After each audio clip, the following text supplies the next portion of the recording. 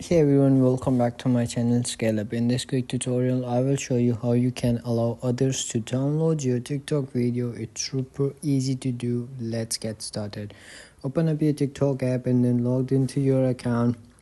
And once you logged in, you have to go to your profile and go to three lines on the top right corner and get to settings.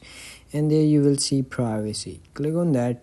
Then scroll all the way down until you see this interactions. In this you will see downloads. Click on that and then you will see this options over here. Allow other people to download your video and share downloads to other platform.